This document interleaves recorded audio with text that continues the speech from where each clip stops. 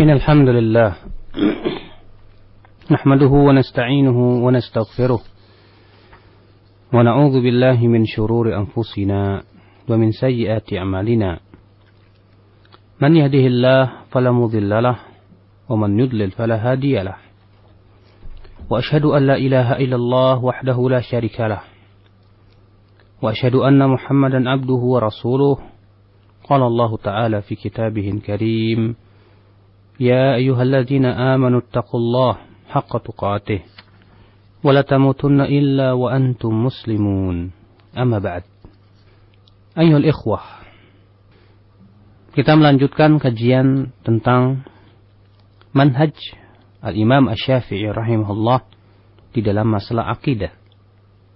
Telah kita bahas pada pembahasan yang lalu bahwa Al-Imam Asy-Syafi'i adalah orang yang paling memerangi sikap taklid yang disebut dengan taklid mengikuti seseorang alias membeo tanpa dalil. Karena kewajiban kaum muslimin di dalam berakidah, di dalam beragama adalah kembali kepada Al-Quran dan sunnah Rasulullah sallallahu alaihi wasallam yang sahihah. Makanya Al-Imam Asy-Syafi'i rahimahullah, sebagaimana disebutkan dalam beberapa riwayat yang telah pernah kita sebutkan juga, beliau berkata misalnya di antara perkataan beliau, idza sahhal haditsu fahuwa madhhabi, apabila hadis telah sahih maka itulah madhabku, kata Imam Syafi'i rahimahullah. Artinya Al-Imam Syafi'i menetapkan bahwasannya mazhab beliau harus dipancangkan di atas hadis yang sahih. Ini menunjukkan bahwasannya Imam Syafi'i rahimahullah tidak menerima hadis yang lemah. Mazhab beliau adalah mazhab yang sahih.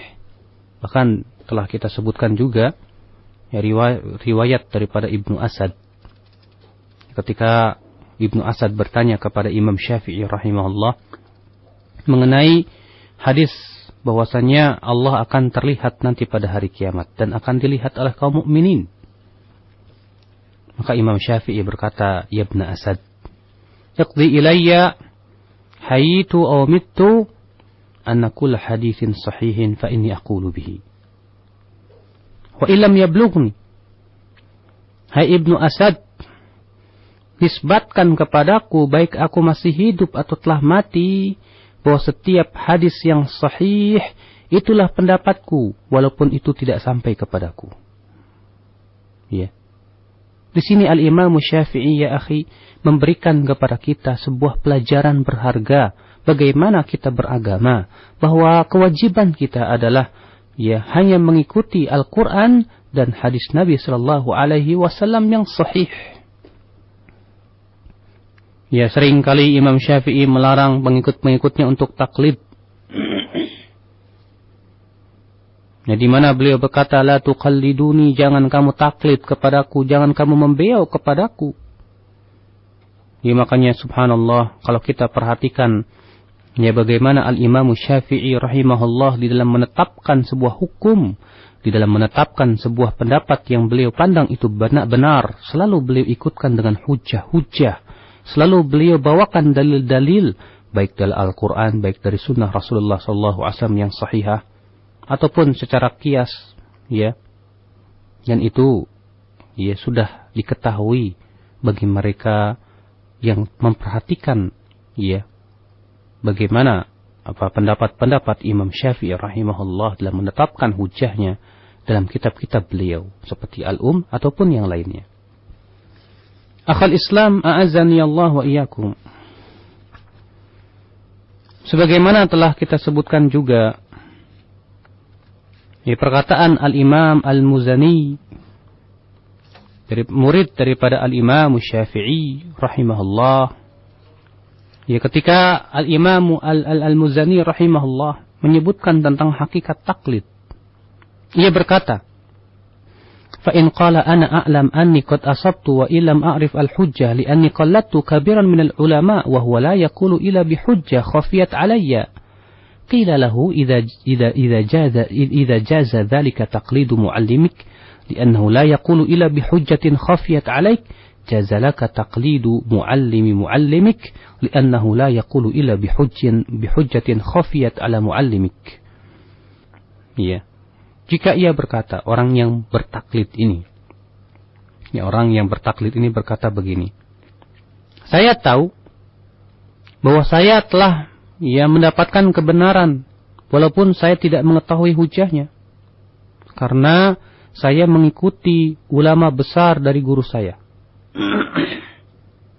Sementara saya yakin guru saya tidak akan berkata kecuali dengan hujah yang barangkali hujah itu saya tidak mengetahuinya. Lihat ya. Orang ini berkata bahwasannya saya yakin benar walaupun saya tidak tahu hujahnya. Alasannya apa? Alasannya guru saya tidak mungkin berkata tanpa hujah. Ya, walaupun hujah itu tersembunyi pada saya. Maka ya, kata beliau, qila lahu, maka dikatakan kepada orang seperti ini. Ya. Dikatakan kepada orang seperti ini, idza jaza laka taqlidu muallimi, kalaulah bertaklid atau membeu kepada gurumu itu boleh, dan dengan klaim bahwasannya gurumu tidak berkata kecuali dengan hujah yang tersembunyi atasmu, maka konsekuensinya boleh dong kita bertaklid kepada gurumu itu. Ya. Dengan klaim yang sama bahwa ia tidak berkata kecuali dengan hujah. Ya. Fa in qala na'am, kalau ternyata ia berkata ya, boleh. Ia bertaklid kepada gurumu itu. Kalau dia berkata ya, boleh. Maka kita katakan ya, tarku taqlidi muallimihi ila taqlidi muallimihi wa kadzalika man huwa a'la hatta yantahi al-amru ila ashabi Rasulillah sallallahu alaihi wasallam. Maka kita katakan kepada orang ini, baiklah kalau kamu mengatakan boleh. Boleh dong. Ya. Kalau engkau mengatakan boleh bertaklid membeu kepada gurumu, kita berkata lagi, kalau gitu boleh juga kita bertaklid kepada gurumu. Kalau dia mengatakan ya, kita katakan kalau begitu boleh juga bertaklid kepada gurumu sampai mentok kepada para sahabat Rasulullah sallallahu alaihi wasallam. Yang sekarang bukankah para sahabat lebih berhak untuk diikuti? Mereka lebih faham. Bukankah para sahabat lebih baik untuk artinya istilahnya kita membeu kepadanya? Wa in aba dzalika naqadha qawlahu. Kalau ternyata dia tidak mau, dia mengikuti hal itu, berarti ia telah membatalkan pendapatnya tersebut. Ya, kalau dia tidak setuju dengan konsekuensi kita, berarti sama saja ia sudah membatalkan pendapatnya tersebut. Wa qila lahu kaifa tujawwizu taqlida man huwa asghar minka wa aqall ilman wa la tujawwiz taqlida man huwa akbar wa akthar ilman wa hadha mutanaqid. Ya, kita katakan kepada orang ini, bagaimana kamu membolehkan untuk membeu kepada yang lebih kecil, ya, dan engkau tidak membolehkan untuk membeu kepada yang lebih besar dan lebih banyak ilmunya. Kalau kamu membolehkan taklid kepada gurumu, ya harusnya kita ini lebih bertaklid kepada yang lebih tinggi dong derajatnya, yaitu gurunya dia. Kalau kepada gurunya dia boleh, berarti kita juga harus lebih tinggi, boleh bertaklid kepada yang lebih tinggi derajatnya lagi, yang lebih banyak ilmunya, gurunya dia lagi. Ya, sampai mentok kepada para sahabat, karena para sahabat yang paling banyak ilmunya. Maka ya, kalau misalnya kita membolehkan taklid kepada gurunya padahal ilmunya tidak lebih banyak dari sahabat, tentu taklid kepada sahabat lebih baik lagi, ya, lebih wajib lagi. Fa in qala, kalau ternyata orang ini berkata begini, Oli anna muallimi wa in kana asghar faqad jama'a ilma man huwa fawqahu ila ilmihi fahuwa afsar bima akhadha wa a'lam bima tarak. Oh, enggak bisa begitu, kata dia. Guru saya walaupun ia paling kecil dibandingkan dengan gurunya terus lagi, tapi guru saya ini sudah mengumpulkan ilmu, ya, ulama-ulama yang berada di atasnya kepada ilmunya. Jadi guru saya itu tentu lebih paham, lebih tahu apa yang harus diambil, apa yang harus dibuang. Ya. Jadi kalau misalnya dia sudah berguru dengan guru-guru ke sana, berarti ilmunya itu sudah terkumpul pada guru saya, kata dia gitu. Qila lahu wa kadzalika man ta'allama min muallimik. Faqad jama'a ilma muallimik wa ilma man fawqahu ila ilmihi fayalzamuka taqliduhu wa tarku taqlidi muallimik wa kadzalika anta aula an tuqallid nafsaka min muallimik li'annaka jama'ta ilma muallimika wa ilma man fawqahu ila ilmik. Ya. Oh, kalau gitu alasan kamu, baiklah. Ya, sekarang kalau misalnya gurumu itu punya murid-murid. Nah, kalau begitu murid-murid gurumu itu sudah mengumpulkan ilmu gurumu dan guru-gurumu-nya lagi. Berarti muridnya gurumu itu lebih berhak ditaklidi, lebih berhak kita ngebeo kepadanya karena dia sudah mengumpulkan ya ilmu guru-gurunya lagi. Bahkan dirimu sendiri lebih berhak untuk kamu taklidi karena kamu sudah mengumpulkan ilmu gurumu dan guru-gurunya lagi. Masya Allah.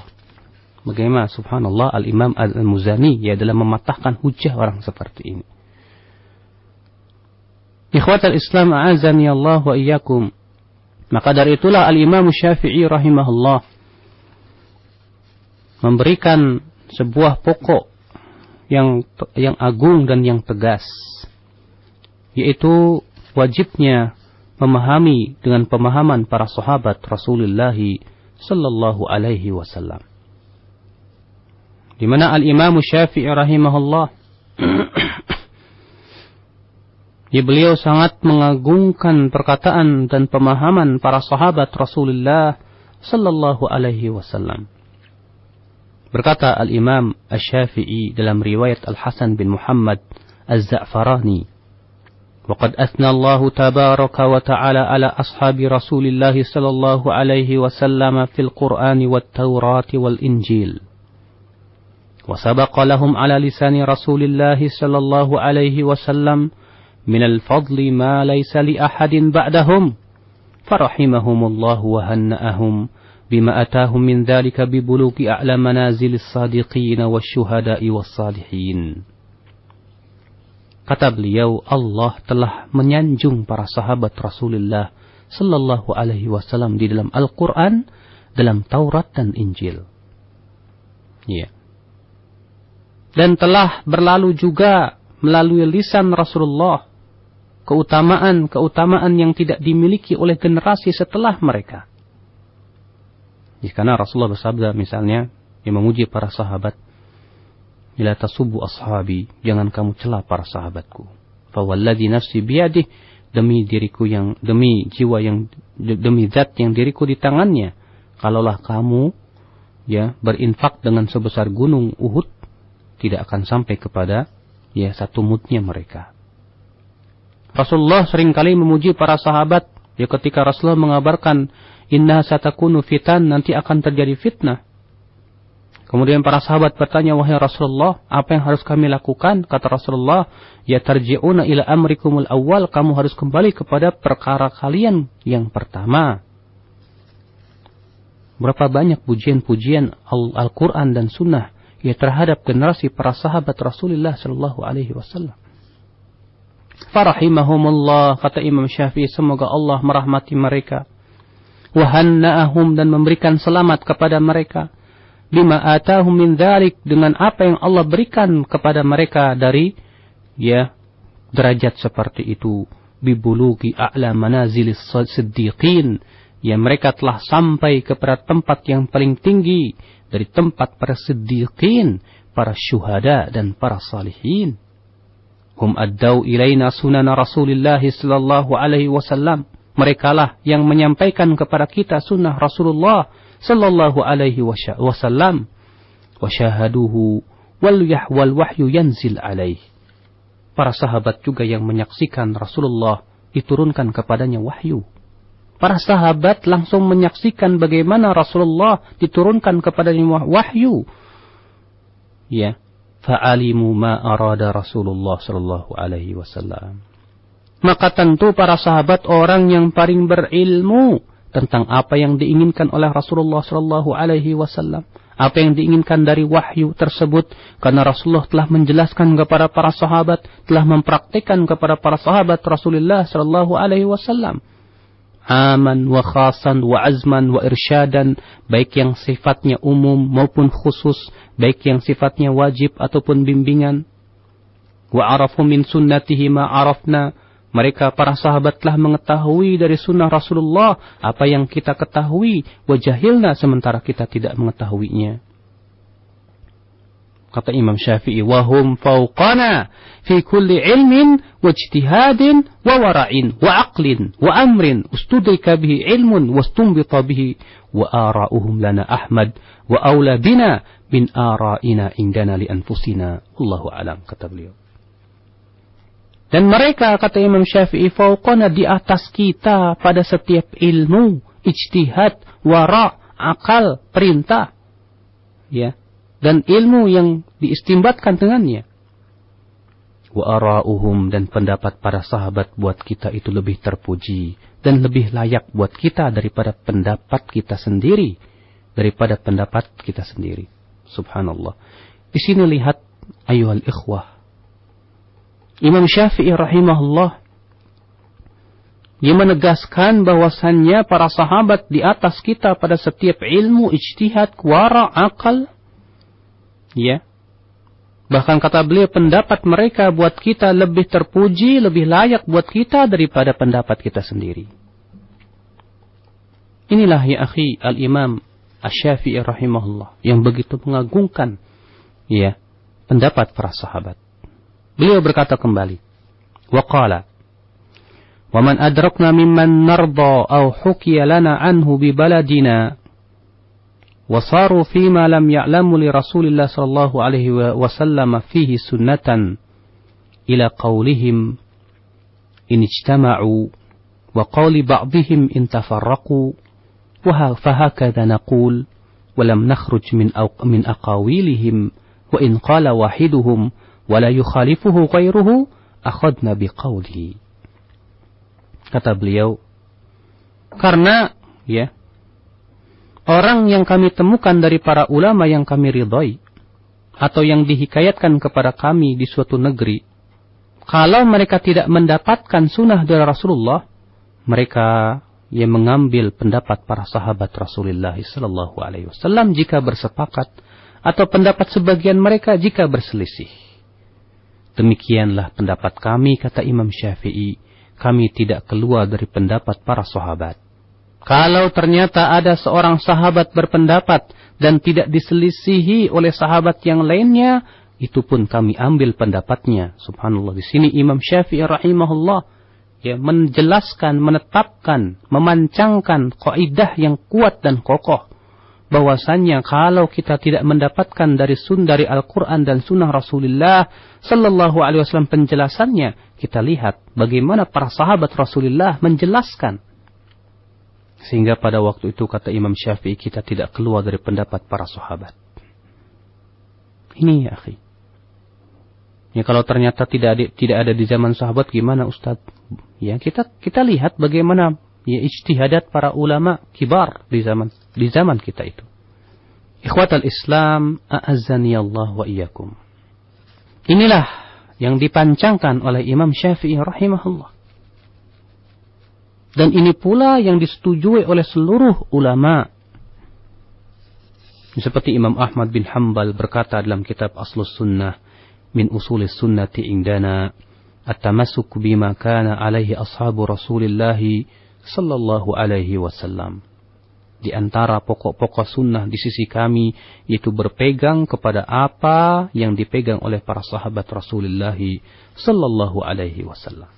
Dan lagi perkataan-perkataan para ulama yang menyuruh kita untuk kembali kepada para sahabat. Abu Hanifah, beliau berkata, idza ja'ana 'anis sahabah, kalau datang kepada kami dari para sahabat, fa'ala ra'si wal 'ain, maka di atas kepala dan mata, artinya harus kita terima. Imam Malik, ya, yang beliau berkata, lan yasluha amru hadhil ummah illa bima saluha bihi awwaluha.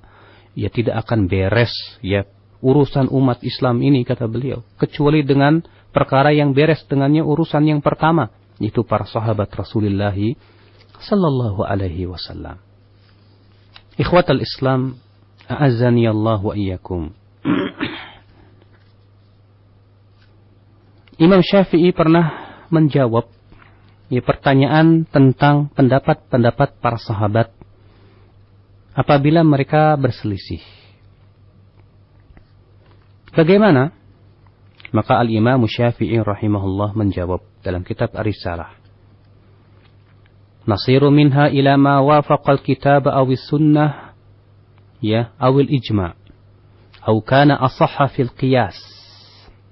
Kita ambil pendapat sahabat yang sesuai dengan Al-Quran atau sunnah atau ijma' atau yang paling dekat kepada qiyas. Subhanallah. Maksudnya kalau misalnya para ulama berselisih, kalau sudah bersepakat, semua kita sudah tahu bahwasanya kesepakatan para sahabat, para tabi'in, para tabi'ut tabi'in, para ulama itu adalah merupakan hujjah. Nah, kalau misalnya mereka itu berselisih bagaimana? Maka Imam Syafi'i berkata, nasiru minha ila ma wafaqal kitab awis sunnah awil ijma' aw kana asahha fil qiyas. Yang harus kita pegang, mana pendapat yang sesuai dengan Al-Quran atau sunnah atau ijma' atau yang sesuai dengan qiyas yang sahih, maka itu yang harus kita pegang, kata beliau. Qala al-munadhir, lalu orang itu berkata kepada Imam Syafi'i, afara'aita idza qala al-wahid minhum al-qawla la yuhfaz an ghairihi minhum fihi lahu muwafaqah wala khilafan atajidu laka hujjatan bittiba'ihi fi kitabin aw sunnatin aw amrin ajma'an nasu alayhi fayakuna min al-asbab allati qulta biha khabara. Bagaimana pendapatmu hai Syafi'i kalau ternyata seorang sahabat berpendapat dengan suatu pendapat yang tidak diketahui dari sahabat lain yang menyepakatinya, tidak pula sahabat lain yang menyelisihinya. Apakah engkau mempunyai hujah untuk kita mengikuti pendapat sahabat tersebut dalam Al-Quran atau Sunnah, atau perkara yang sudah diijma'kan oleh manusia, sehingga engkau pun mempunyai khobar tentang masalah itu? Qultu lahu, kata Imam Syafi'i, maka aku berkata kepada orang ini, ma wajadna fi hadha kitaban wala sunnatan sabitatan.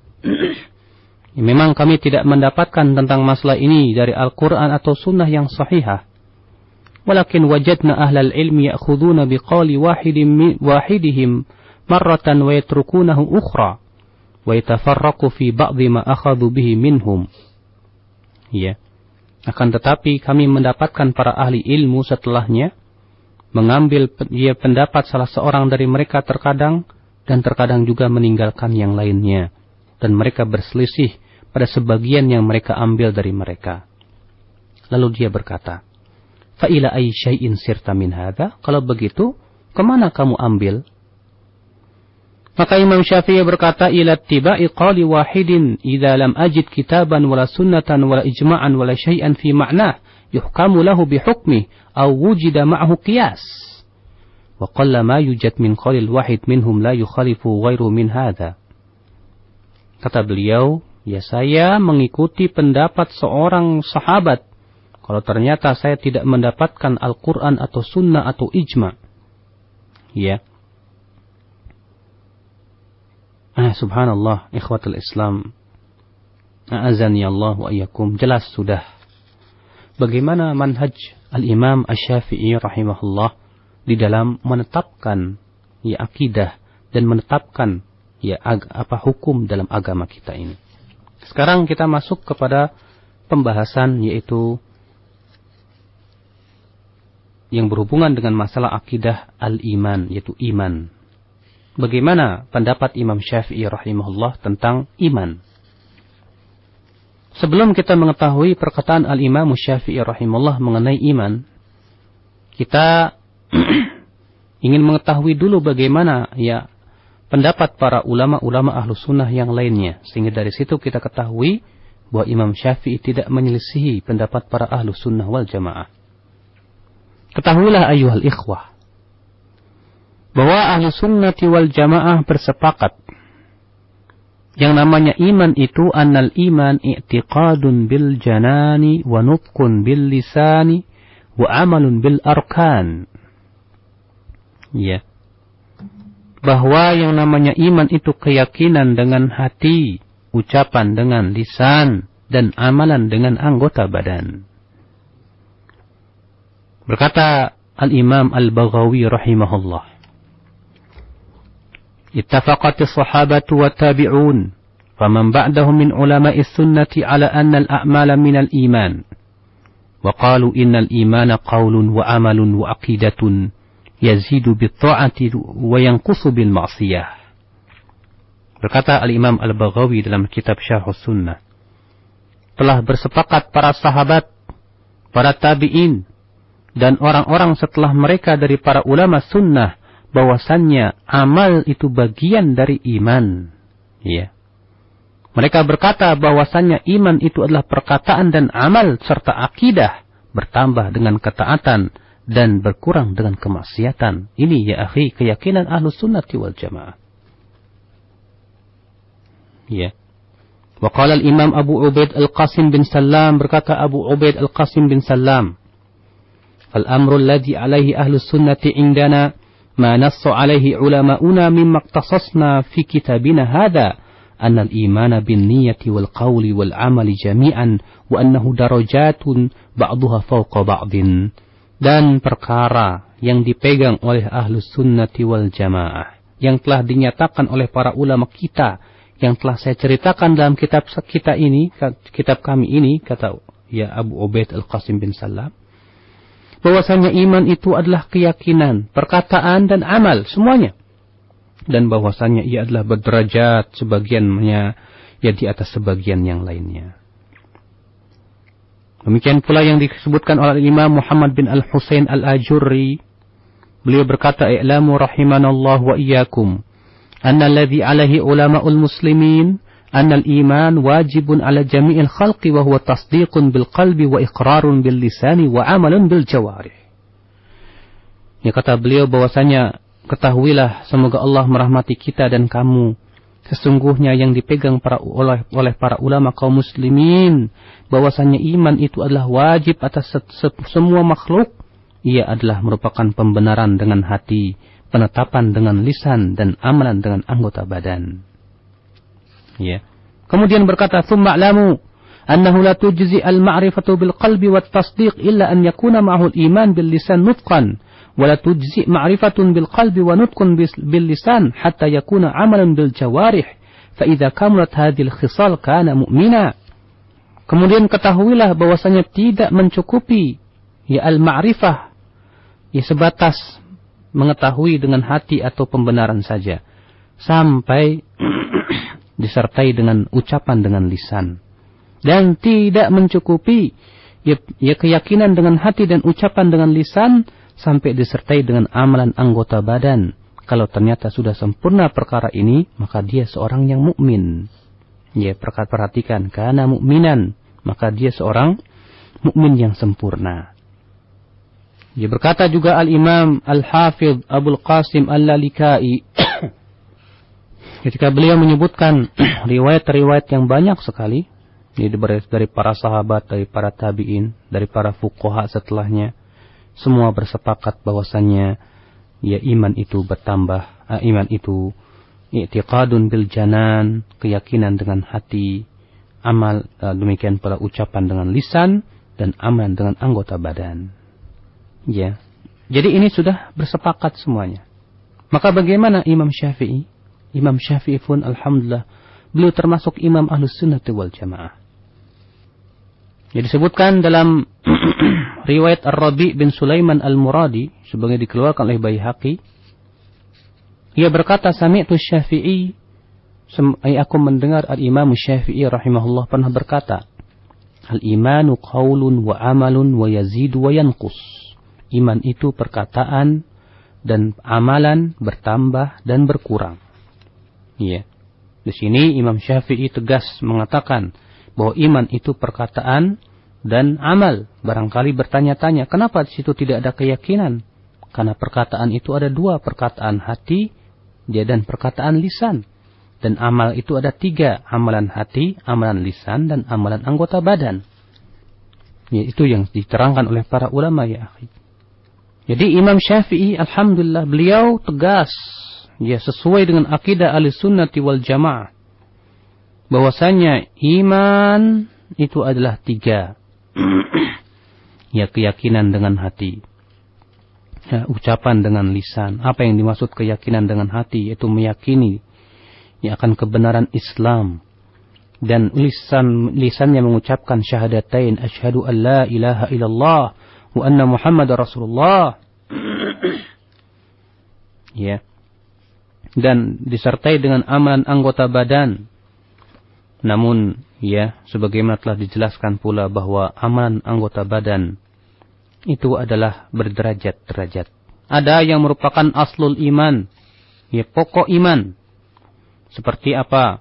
Amalan hati berupa iman kepada Allah, malaikatnya, kitab-kitabnya, ya rasul-rasulnya, malaikatnya, di hari akhirat, para nabi dan kitab-kitabnya. Demikian pula qada dan qadar. Demikian pula ya akhi amalan lisan yang berupa ya syahadatain, asyhadu an la ilaha illallah wa anna Muhammadar Rasulullah. Ada juga yang merupakan wajibul iman, yang merupakan kewajiban iman yang apabila ditinggalkan menyebabkan pelakunya itu hilang kesempurnaan iman darinya. Seperti apa? Semua amal-amal yang diwajibkan. Ya, di sana ada yang diikhtilafkan, ada yang juga yang merupakan ijma. Seperti sholat, apakah pelakunya murtad dari agama Islam orang yang meninggalkannya? Setelah mereka bersepakat, bila orang meninggalkan sholat, ya, karena juhudan wa inadan, karena dia mengingkari kewajiban sholat, maka dia kafir, murtad dari agama Islam. Namun, yang jadi perselisihan, kalau dia meninggalkan karena malas dan mengikuti hawa nafsunya. Maka para ulama berbeda pendapat, sebagian mengatakan keluar, seperti pendapat Imam Ahmad bin Hanbal. Ya, dia keluar dari millatul Islam. Adapun pendapat Imam Syafi'i, Imam Malik dan Imam Abu Hanifah mengatakan dia tidak murtad dari agama Islam, dia masih muslim, tapi dia ya menjadi orang yang fasik. Ya, dia mukmin tapi imannya kurang. Akan tetapi Imam Syafi'i mengatakan orang yang meninggalkan sholat itu harus dibunuh. Demikian pula terjadi perselisihan tentang orang yang tidak berzakat, puasa, haji. Jumhur para ulama mengatakan tidak keluar kalau dia tidak juhud. Ya, dia tidak dikeluarkan dari Islam. Nah, ini disebut dengan wajibul iman, ya, dan kewajiban pun berderajat-derajat. Ada lagi yang sifatnya mustahabbul iman. Iman yang sifatnya sunnah, yang apabila ditinggalkan tidak mempengaruhi kesempurnaan iman, seperti sholat sunnah. Ya, maka itu tidak mempengaruhi kesempurnaan iman, akan tetapi ia adalah merupakan keutamaan iman, yang di situ seseorang ya sampai kepada derajat ihsan. Itulah ya akhi keyakinan Ahlussunnati wal Jamaah, dan itu yang diyakini pula Imam Syafi'i rahimahullah, Imam Ahmad dan para ulama-ulama kita. Sebagaimana yang ditunjukkan oleh dalil-dalil dari Al-Quran dan sunnah Rasulullah sallallahu alaihi wasallam. Saya kira ini dulu yang bisa saya sampaikan. Barangkali di antara para pendengar ada yang mau bertanya, silahkan. Nah, demikian ikhwatal Islam, sesi materi dari kitab Manhaj Al-Imam Syafi'i fi Itsbatil Aqidah yang disampaikan oleh Al-Ustaz Badrul Salam hafizahullahu taala. Dan tiba saatnya bagi kita untuk bersoal jawab. Tapi bentuk yang pertama kita angkat dari penelpon. Assalamualaikum. Waalaikumsalam warahmatullahi. Silakan, dari mana Pak? Dari Zulfikar di Cipulir. Silakan Pak Zulfikar. Masalah kita bertaklid ya Ustaz ya. Iya.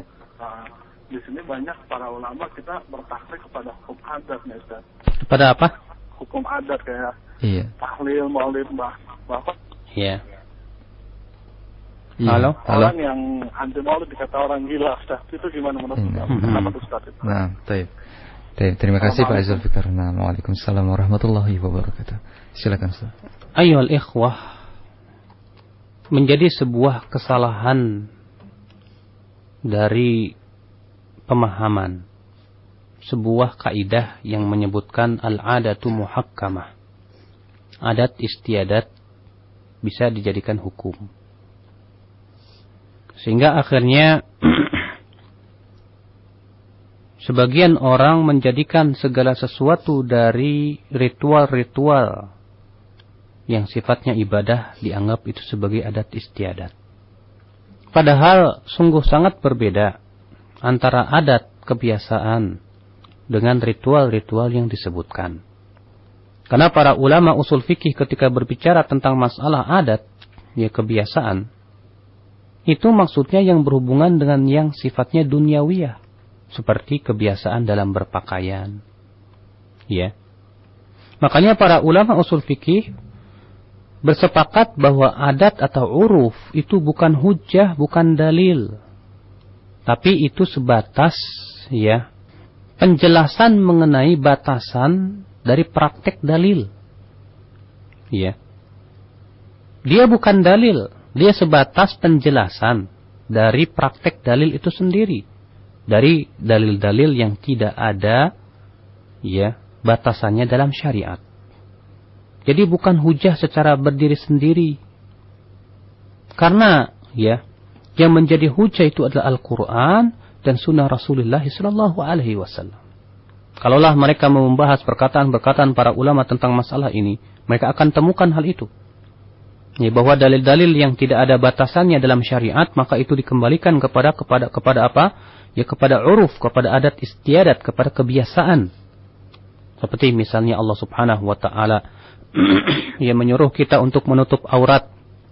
Ya Allah Subhanahu wa taala ya untuk Rasulullah menyuruh kita untuk menutup aurat. Ya, maka pakaian, jenis dari pakaian itu, apakah kita harus mengikuti pakaiannya Rasulullah izar dan rida, ataukah kita mengikuti adat istiadat kaum muslimin di suatu tempat? Maka Syekh Utsaimin berkata yang sahih, kita mengikuti adat istiadat kaum muslimin di suatu tempat.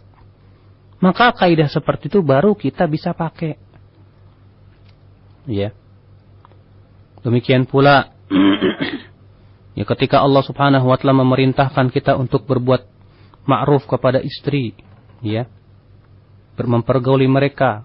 Bagaimana batasan pergaulan terhadap istri dikembalikan kepada adat istiadat. Adapun masalah ibadah, masalah perayaan, hari raya, itu semua adalah ya hak tunggal bagi Allah sebagai pembuat syariat. Ya, Allah yang berhak untuk diibadahi. Dan Allah, ya karena ibadah itu adalah hak Allah, berarti kita harus beribadah sesuai dengan keridhaan Allah dan apa yang Allah cintai. Yang Allah cintai, yang Allah ridai, tentunya yang dijelaskan oleh Rasul kita alaihi salatu wassalam. Ya, tentunya yang telah dipraktikkan oleh para sahabat Rasulullah sallallahu alaihi wasallam.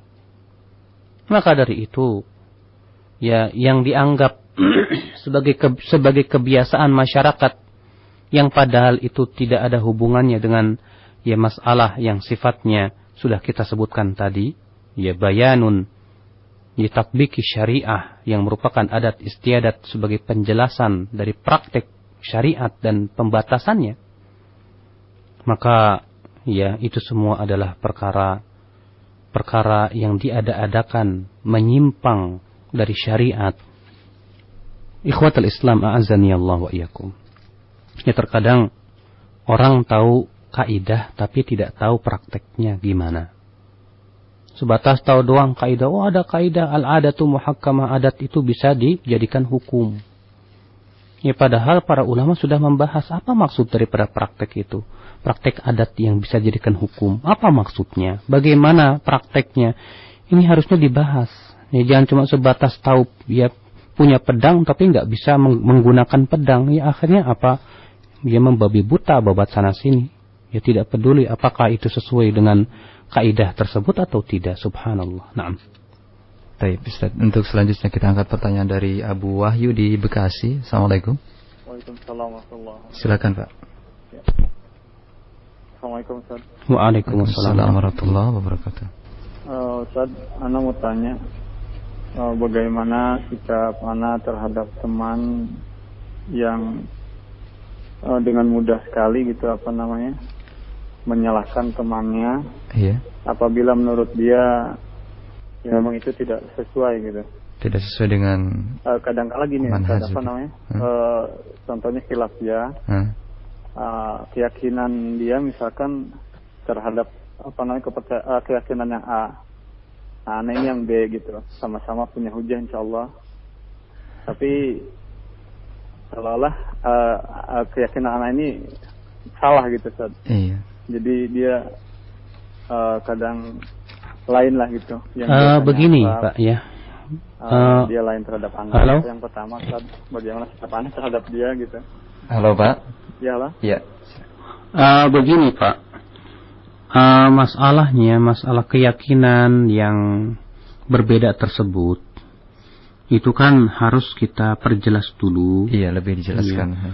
Sebab ada keyakinan yang barangkali kita semua diperbolehkan padanya perselisihan, ijtihadat sifatnya. Tapi ada juga yang keyakinan yang sifatnya itu adalah ternyata bertentangan dengan ijma para ulama misalnya. Itu juga harus kita pilah. Yang antum maksud bagaimana Pak? Perselisihan pendapat dalam hal apa? Masalah muamalah. Anak yang sudah bertanya terhadap apa namanya duet yang lain gitu, dan ternyata itu diperbolehkan gitu. Ada ulama yang membolehkan dan apa namanya hanya caranya aja mungkin. Apa anak sebutkan contohnya? Iya. Nah, jadi pernah anak mau ini saat apa namanya mengkredit barang gitu. Iya. Nah, kredit barang terhadap suatu lembaga misalkan gitu. Jadi barang itu sama yang punya barang dititipkan ke anak dulu, Ustaz. Nah, nanti transaksinya itu lembaga, bukan anak sama yang punya barang. Lembaga itu transaksi terhadap yang punya barang. Jadi barang itu hanya dititipkan ke anak. Pada akhirnya nanti ketika mau transaksi dikembalikan kepada yang punya barang itu, Ustaz. Nah, itu jadi anak tidak ada transaksi sama sekali anak sama yang punya barang gitu. Jadi anak mohon apa namanya petunjuk, Ustaz. Yang beli siapa, Pak? Anak yang beli. Nah, terhadap lembaga, misalkan ada satu lembaga yang mengkreditkan barang gitu, Ustaz. Nah, terus yang punya barang itu sementara menitipkan barangnya terhadap anak gitu. Tapi anak sudah jelaskan bahwa nanti transaksinya itu antum sama lembaga itu. Nah, baru setelah lembaga membeli terhadap yang punya barang, anak baru berhubungan dengan lembaga itu mengkredit barangnya gitu, Ustaz. Sistemnya gimana? Kredit. Sistem kreditnya ada ribanya nggak? Oh, insya Allah nggak ada, Ustaz. Harga apa namanya cash sama kredit itu sama. Iya. Tidak ada perbedaan. Terus dia mengingkarinya dari sisi apa? Katanya tidak boleh. Tidak. Jadi barang itu harus langsung ke lembaga itu, nggak boleh dititipkan ke anak dulu gitu. Jadi kalau apa namanya katanya hukum jual beli itu ya memang anak si pembeli itu ya langsung aja ke lembaga itu, jangan apa namanya ikut campur masalah itu, masalah barang. Kenapa Bu motor itu kok dititipkan sama antum gitu? Barang tersebut misalnya. Jadi awalnya dia katanya apa namanya ketemu sama anak, Ustaz. Jadi barang itu ketemu sama anak, dia katanya mau jual gitu. Kebetulan anak minat. Nah, kata anak nanti anak melalui lembaga aja, anak nggak bisa beli langsung sama antum gitu, karena masalah uang, anak bilang begitu. Nanti anak bicarakan sama lembaga tersebut. Nah, dia pulang beberapa hari katanya banyak yang nawar ke rumah, jadi dia nggak enak karena sudah ini sama anak gitu, Ustaz. Oh gitu. Sudah ada pembicaraan seperti itu sama anak, jadi dia titipkan, dia nggak enak sama tetangganya yang apa? Yang nawar-nawar barang itu yang minat juga gitu, Ustaz. Iya. Hanya seperti itu penitipannya. Taib sudah jelas, Pak. Taib cukup Pak ya. Waalaikumsalam warahmatullahi wabarakatuh. Seorang penuntut ilmu haruslah dia mempunyai sikap rahmah, ya rahmat, ya kepada sesama temannya yang sesama Ahlus Sunnati wal Jamaah, yang sudah faham tentang kajian yang faham, yang sahih. Jangan kemudian hanya sebatas ya tidak menyetujui dari sisi ijtihad dia yang menurut dia itu salah, lalu kemudian langsung disikapi dengan sikap yang keras. Tidak benar seperti itu. Ya, apalagi yang disebutkan oleh ikhwan tadi sama sekali tidak ada mahdzur syar'i, tidak ada larangan syariat di situ. Hendaknya dia mempelajari dulu tentang syarat-syarat sah jual beli. Hendaknya dia juga ya melihat dari sisinya. Kalau memang ternyata ya itu sifatnya ijtihad, karena sifatnya itu adalah ijtihad, tidak ada nas. Ya kalau para ulama terdahulu saja tidak saling menyesatkan. Yang satu berpendapat yang seperti misalnya ya berpendapat misalnya bahwa membaca ya Al-Fatihah di belakang imam itu hukumnya wajib. Yang satu mengatakan bahwa membaca Al-Fatihah di belakang imam bagi makmum ya kalau di salat jahar itu wajib diam. Tapi mereka tidak saling menyesatkan, tidak saling ya mengatakan ya kamu Imam Syafi'i kamu sesat ya, atau pengikutnya dikatakan sesat, tidak, karena itu sifatnya ijtihadi. Yang masing-masing berhujjah dengan hujjah yang bisa diterima dari sisi pendalilan atau kaidah-kaidah syariat. Makanya harus dipahami bahwa ya perselisihan itu ada dua macam. Ada yang bisa kita terima dalam artian ya karena masing-masing pendapat itu berhujjah dengan hujjah yang bisa diterima secara kaidah syariat. Ya tidak ada nas yang sharih. Ada pendapat yang memang ya lemah pendalilannya, lemah dalilnya, dan pemahaman terhadap dalilnya memang lemah. Bahkan mungkin ya dia bawakan dalil yang tidak pada tempatnya. Bahkan mungkin bertentangan dengan dalil yang tegas dan kuat. Seperti misalnya sebagian ulama Hanafiyah atau mazhab Abu Hanifah mengatakan yang namanya arak itu yang terbuat dari anggur saja. Sementara jumhur mengatakan bahwa arak itu semua yang memabukkan. Dan pendapat yang benar, pendapat jumhur. Karena Rasulullah SAW bersabda, kullu muskirin khamrun, setiap yang memabukkan itu arak. Nah, makanya seorang penuntut ilmu itu ya akhi, jangan ya mudah memvonis sesat ataupun memvonis setiap orang yang tidak sesuai dengan pendapatnya itu ya dengan sikap yang keras. Ini tidak dibenarkan. Tidak dibenarkan. Ya, bagaimana lihat Al-Imam Syafi'i rahimahullah ketika beliau berselisih dengan seorang ulama di zamannya. Saya lupa ingat apakah beliau itu Yunus As-Sofadi atau siapa, saya lupa. Langsung setelah mereka berselisih, ya, berdialog, berbeda paham. Setelah itu Imam Syafi'i memegang tangannya dan berkata, ya, apa salahnya kalau kita berjalan bersama? Ya karena berjalan bersama walaupun kita berselisih dalam berpendapat. Artinya kalau memang perselisihan itu memang wajar, ya, yang sifatnya ijtihadi dan masing-masing mempunyai kekuatan hujah dari sisi pendalilannya, maka itu tidak mengharuskan dan tidak memperbolehkan kita ya saling bertengkar dan saling memusuhi. Nah. Tapi kita angkat berikutnya dari penelpon ketiga, Pak Arif di BPN, silakan Pak. Assalamualaikum. Waalaikumsalam warahmatullahi, silakan Pak. Saya pernah Pak belajar tentang di mana di dalamnya itu ada wujud, qidam, baqo dan yang lainnya. 20 sifat tuh Pak ya. Ya betul. Itu mengindikasikan jadi bahwa Imam Asy-Syafi'i itu pengarang kitab itu bermazhab Imam Asy-Syafi'i, apa itu betul Ustaz? Iya. Ya gitu aja ya. Assalamualaikum warahmatullahi wabarakatuh. Waalaikumsalam warahmatullahi wabarakatuh. Pendapat pengikut mazhab Syafi'iyah tidak bisa dinisbatkan kepada Imam Syafi'i.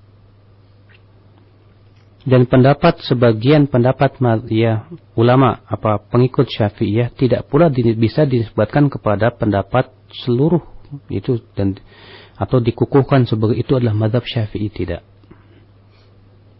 Iya. Maka itu adalah pendapat pribadi daripada pengikut yang diklaim bahwa mereka mengikuti mazhab Syafi'iyah. Dan sudah maklum, yang namanya manusia pendapatnya itu boleh diterima, boleh ditolak, kecuali pendapat Rasulullah SAW. Imam Syafi'i rahimahullah sendiri tidak pernah membatasi ya sifat Allah hanya 20, tidak. Imam Syafi'i bertentangan dengan mazhab akidah Imam Syafi'i bertentangan dengan akidah Asy'ariyah. Karena sangat jauh berbeda antara akidah Imam Syafi'i dengan akidah Abul Hasan al-Asy'ari ya pada fase keduanya. Apalagi keduanya tidak pernah bertemu. Ya Abul Hasan al-Asy'ari ya hidup jauh setelah Imam Syafi'i wafat. Sekitar 100 tahunan atau 200 tahunan. Ya Abul Hasan al-Asy'ari rahimahullah, beliau sendiri di dalam hidupnya melalui 3 fase. Fase pertama fase Mu'tazilah. Ya, fase kedua yaitu fase akidah Kullabiyah. Yang merupakan fase Asy'ariyahnya beliau, yang fase itulah kemudian tersebar ke seluruh jagat ini. Fase yang terakhir yaitu beliau rujuk kepada akidah Ahlussunnah wal Jamaah. Ya, maka keyakinan wujud qidam baqa mukhalafatun lil hawadisi sampai 20 sifat yang katanya 20 sifat wajib bagi Allah, itu adalah merupakan fase yang keduanya beliau. Ya. Di mana fase itu Imam Asy'ari rahimahullah menetapkan 20 sifat yang katanya itu sesuai dengan akal. Akan tetapi kemudian di akhir hayatnya beliau kembali kepada akidah Ahlussunnah wal Jamaah sebagaimana beliau telah jelaskan dalam kitab beliau Maqalat al-Islamiyyin, di mana ketika itu beliau yang menyebutkan akidah Kullabiyah, setelah itu beliau menyebutkan akidah Ahlussunnah wal Jamaah yang menetapkan seluruh sifat-sifat Allah Subhanahu wa taala, lalu diakhiri dengan pendapatnya wahadhi, dan ini adalah keyakinan Imam Ahmad bin Hanbal. Lalu beliau berkata wabihi aqul, dan itulah pendapatku. Makanya beliau juga menulis kitab Al-Ibanah menegaskan tentang keyakinan beliau. Yang dimana kitab Al-Ibanah ini kemudian diingkari oleh sebagian pengikut ya Asy'ariyah di zaman ini, katanya itu bukan kitab Abul Hasan al-Asy'ari, itu diada-adakan. Padahal Ibnu Asakir ya dalam kitab beliau ya Bayan Kadzibil Muftari menegaskan bahwa kitab Al-Ibanah itu tegas ya tulisan Al-Imam Abul Hasan al-Asy'ari itu sendiri di akhir hayatnya. Ya. Ikhwatul Islam a'azani Allah wa iyyakum. Maka ya kewajiban kita adalah meyakini seperti keyakinan Ahlussunnah wal Jamaah menetapkan seluruh sifat. Yang anehnya di Indonesia ini ya, penetapan 20 sifat disertai dengan keyakinan bahwa Allah punya 99 nama. Padahal kalau mereka mau berpikir sedikit saja, kalau Allah punya 99 nama, sementara sifat yang wajib cuma 20. Coba bayangkan. Berarti 99 nama tersebut hanya 20 nama yang mengandung sifat. Kalaulah disebut di situ dikatakan di situ ada yang masuk padanya 20 nama. Karena ya tentu tidak boleh kita katakan Allah punya nama tapi nama tidak mengandung sifat, tidak boleh. Allah namanya doang Rahman tapi tidak punya sifat Rahman, aneh. Ya Allah namanya doang Al-Aziz tapi tidak punya sifat Izzah. Wah, kurang ajar kepada Allah. Nah, sekarang kalau misalnya ya Allah punya 99 nama, sementara sifatnya cuma 20, 99 kali 20 dikurangi 20, 79. Katakanlah, berarti ada 79 nama yang tidak mengandung sifat. Ya. Cobalah kita tanyakan kepada mereka Al-Aziz artinya apa? Al-Aziz artinya yang maha mulia. Apa mungkin Allah yang namanya doang Al-Aziz tapi tidak punya sifat izzah, mulia, perkasa? Aneh sekali. Makanya ya akhi, ya. Keyakinan bahwasannya sifat Allah hanya 20 itu keyakinan yang bertentangan dengan dalil dari Al-Qur'an dan sunnah Rasulullah sallallahu alaihi wasallam. Bertentangan pula dengan keyakinan para sahabat Rasulullah, para tabi'in, para tabi'ut tabi'in, dan para imam yang 4. Ya. Dan itu baru diada-adakan setelah Abul Hasan al-Asy'ari. Allahu a'lam. Selanjutnya kita angkat pertanyaan dari pesan singkat kembali dari Al-Akh Abu Asma untuk yang pertama di Ciang sana. Ustaz, apakah yang dimaksud dengan mutlak iman dan iman mutlak? Apakah ini termasuk dari istilah yang ada di dalam Ahlussunnah wal Jamaah? Iya, itu ya ucapan yang diucapkan oleh Al-Imam Syekhul Islam Ibnu Taimiyah rahimahullah. Mutlaqul iman dengan berbeda dengan al-imanul mutlak. Al-imanul mutlak artinya iman yang sempurna. Kapan dikatakan seseorang yang mempunyai iman yang mutlak? yaitu apabila ia menjalankan semua perintah Allah dan menjauhi larangan-larangan, maka disebut dengan imannya al-imanul mutlak. Ya, adapun mutlakul iman artinya pokok imannya ada. Itu ya mereka yang berbuat maksiat kepada Allah.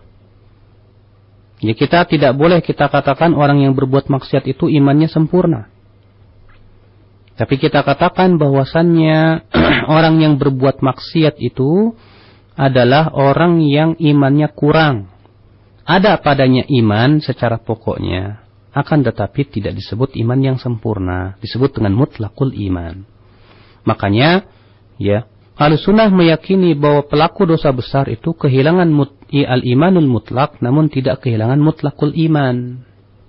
Maka jadi beda antara al-imanul mutlak yang artinya iman yang sempurna dengan mutlakul iman artinya ya pokok daripada keimanan yang ada di hatinya itu.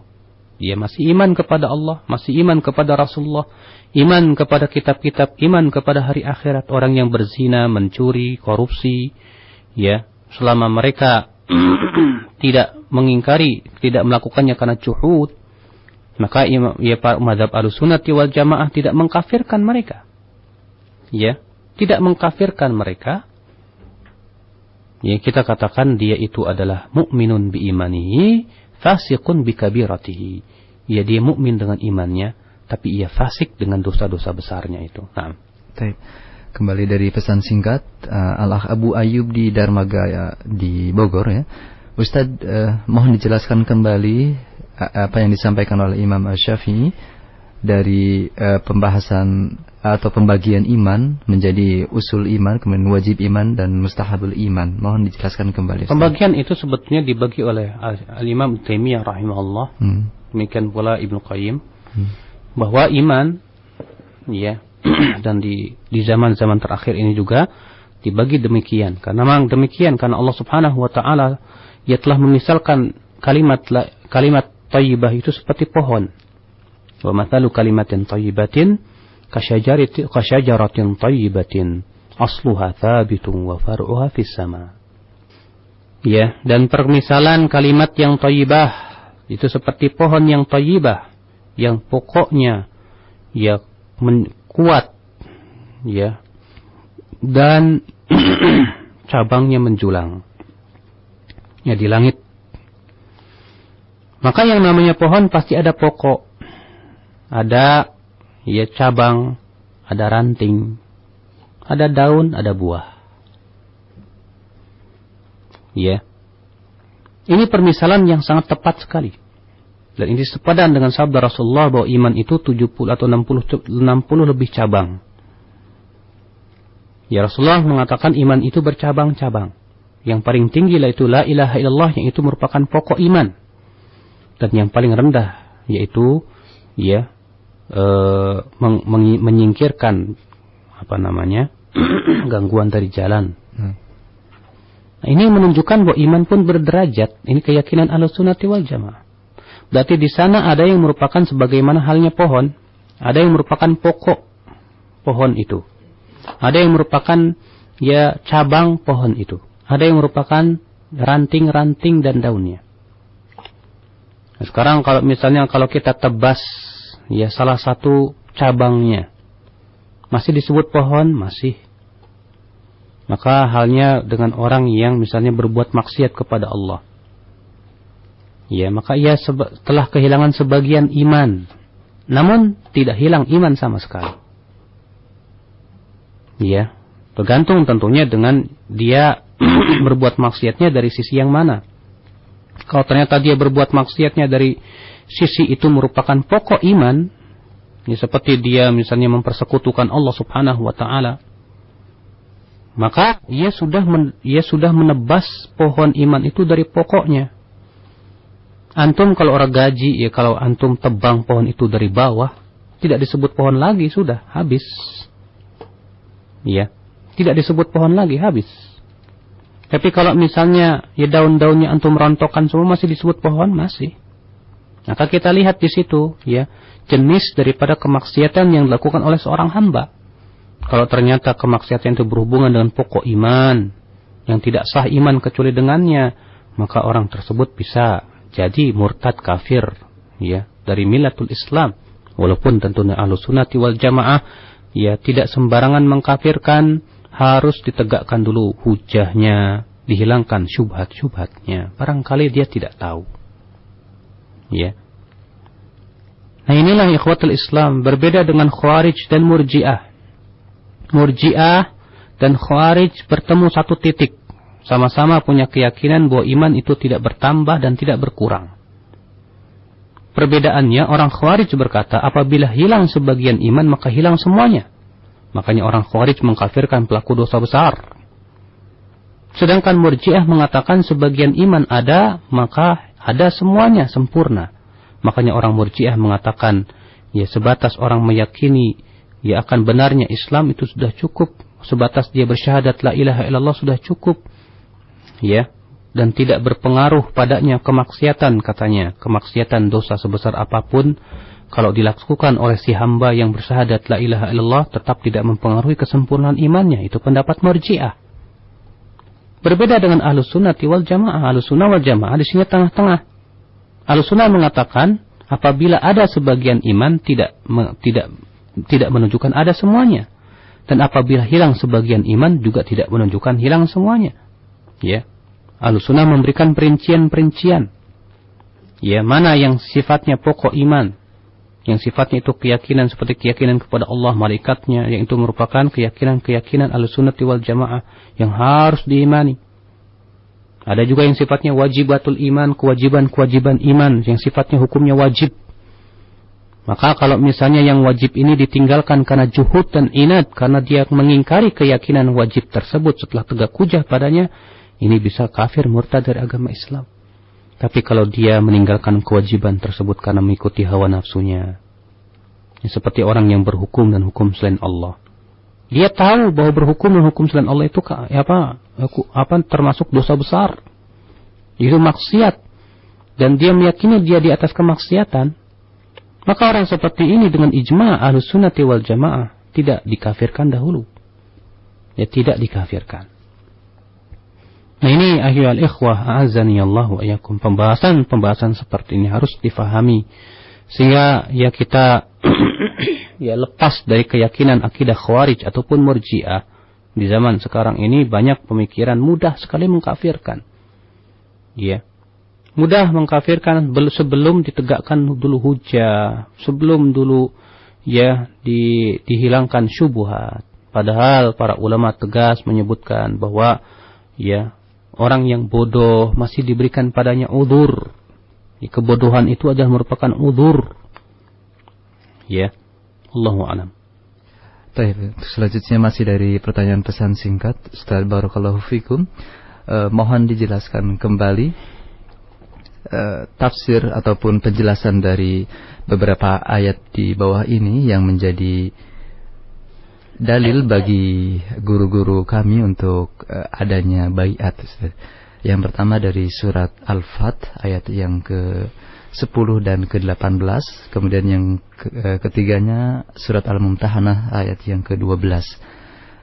Ayat yang ke-10 surat Al-Fat dari ayat laqad radiyallahu 'anil mu'minina id yubayyi'unaka tahta asy-syajarah, kemudian ini yang ke-18 Ustaz, yang ke-10-nya innal ladzina yubayyi'unaka innama yubayyi'una Allaha yadullahi fawqa aydihim. Kemudian surat Al-Mumtahanah ayat yang ke-12, saya bacakan awalnya saja. Ya ayuhan nabiyyu idza ja'akal mu'minatu yubayyi'unaka 'ala alla yusyrikna billahi syai'a ila akhirih. Bagaimana Ustaz korelasinya dengan tentang kewajiban baiat terhadap seorang muslim? Demikian. Ayyuhal ikhwah, sesungguhnya Rasulullah di zaman ketika turun ayat itu, beliau sebagai khalifah yang telah menegakkan daulah Islam di kota Madinah. Maka Rasulullah Subhanahu wa taala memerintahkan kaum mukminin untuk baiat kepada Rasulullah. Yang waktu itu Rasulullah sallallahu alaihi wasallam sebagai khalifah kaum mukminin. Maka pada waktu itu ya ayat tersebut berlaku pula kepada baiat kepada setiap khalifah yang keadaannya telah diterangkan oleh para ulama tentang hakikat siapa khalifah. Sebagaimana Ibn Taimiyah dalam Minhajus Sunnah menjelaskan bahwa khalifah yang dibaiat itu di antara syaratnya dia harus mempunyai wilayah kekuasaan, ya, dan mempunyai kemampuan untuk melaksanakan syariat Islam. Itu sebut khalifah. Ya, kalau misalnya dia masih numpang di Indonesia, ya tidak disebut khalifah. Itu ya hizbi namanya, ya memecah belah umat. Makanya ya baiat yang disebutkan dalam ayat tersebut, innal ladzina yubayyi'unaka, sesungguhnya orang-orang yang membaiat engkau. Engkau ini siapa? Ya Rasulullah. Rasulullah wadawatku sebagai khalifah yang sah. Ya, barangkali ada yang berkata, lalu bagaimana dengan baiat Aqabah? Kan waktu itu belum ada tegak daulah Islam. Kita jawab ya. Ya kalau keadaannya di zaman seperti itu, di mana kaum muslimin hanya di situ saja. Ya karena pada waktu itu umat Islam baru di situ, baru ada segitu. Seluruh dunia kafir semuanya. Ya kecuali Rasulullah dan para sahabatnya. Maka penting untuk diadakan baiat dalam rangka mendengar dan taat. Sekarang ya kalau dia mengkiaskan dengan baiatul Aqabah, berarti dia sama saja mengatakan bahwa kaum muslimin yang ada itu cuma dia dan yang pengikutnya saja, semuanya kafir. Musibah. Ya, sehingga akhirnya masuk dan jatuh kepada pemikiran takfiri. Ayyuhal ikhwah, ya penggunaan dalil-dalil tentang wajibnya baiat untuk baiat kelompok dan jamaah, jelas ini bukan pada tempatnya. Telah difatwakan oleh para ulama di zaman ini bahwa itu semua memecah belah. Ya, Rasulullah SAW sendiri bersabda, idza buyi'al khalifatan faqtulu ahadahuma, kalau dibaiat dua khalifah, bunuh salah satunya. Di Indonesia ini banyak, harus dibunuh tuh semuanya itu. Makanya di Indonesia ini, ya akhi, ya, yang berhak dibaiat itu adalah penguasa negara. Dia adalah merupakan khalifah kalau memang tegak ya dan dipraktekkan hukum Islam. Maka dari itulah ayyul ikhwah a'azzani Allah wa iyyakum, yang membawakan ayat lalu dibawakan kepada kelompoknya ini sesuatu yang lucu. Ya, dikiaskan Rasulullah dengan imamnya dia. Masya Allah. Hendaknya dia membahas kitab-kitab para ulama ketika berbicara tentang siasah syariah. Hendaknya dia membaca kitab-kitab para ulama tentang hakikat siapa itu khalifah dan imam. Nah. Baik, satu pertanyaan terakhir saja dari Pak Sanusi di Cipulir, silakan Pak. Assalamualaikum. Waalaikumsalam warahmatullahi, silakan. Ini saya mau nanya, hukum haul setiap tahun peringatan kematian orang. Iya. Seorang ustadz. Ada hadis mengatakan, kata seorang ustadz, katanya setiap tahun Rasulullah ziarah ke makam Hamzah. Iya. Apakah hadis ini dalilnya lemah atau bagaimana Ustaz? Nah. Terima kasih Ustaz atas jawabannya. Assalamualaikum. Waalaikumsalam warahmatullahi wabarakatuh. Silakan. Pertama ya akhi, Rasulullah yang bersabda, la tattakhidhu qabri ida.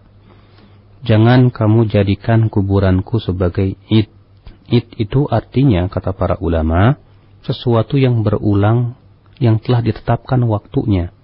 Baik seminggu sekali, ya, atau sebulan sekali, atau setahun sekali.